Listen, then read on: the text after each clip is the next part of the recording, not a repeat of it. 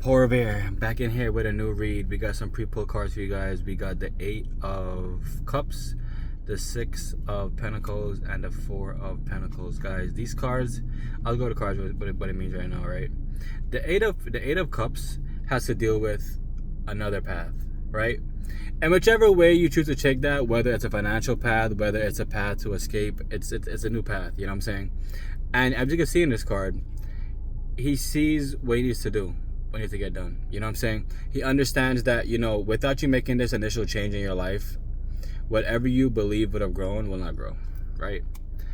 The 4 of Pentacles has to deal, it's 4, right? Yeah. The 4 of Pentacles has to deal with safety.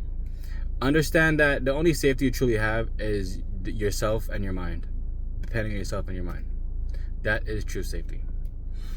The last one is the 6 of Pentacles. 6 of Pentacles has to do with generosity, right? So with these 3 cards coming out together, right, you got to realize that the safety lies, from what I'm getting from this read, right? Yes, your safety lies from within going on the other path. And the other path leads to more riches, and you're able to give back. Hence why generosity comes on the card, right? So it's up to you to realize this. It's up to you to realize that, a lot of times we feel as though we got so far going on one path, but the reality is there's so many different paths to go on. You know what I'm saying? Like, you should never get stuck in a mold of moving one direction, rather than you figuring out that, within this time that I have been given, I shall push past whatever my limits are. I shall understand that, I'm the end all be all for relationships. Whatever I choose to allow my life to tag along in my life is a personal choice. And, like I said, I will tell you guys, right? Life comes down to choices. If you know for a fact you got to get something done, like let's say you got to get a paper done for school, right? And you choose to study the night before the test and it's your final, good luck passing this shit. You know what I'm saying? We all know right from wrong. Some of us might have a skewed version of it, but we all know right from wrong.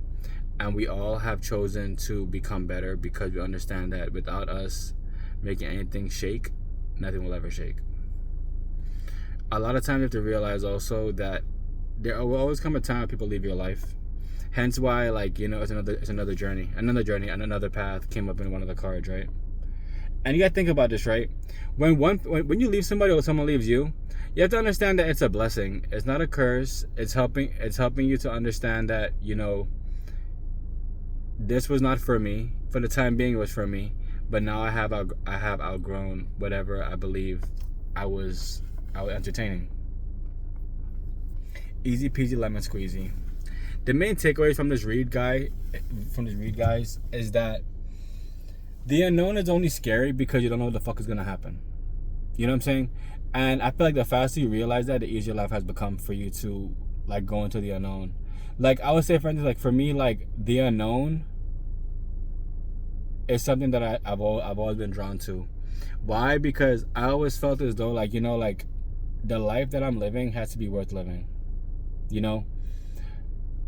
And the path that I have chosen to take over the path of going to school for a good amount of years and getting a regular job and then being unhappy, that path is not for me.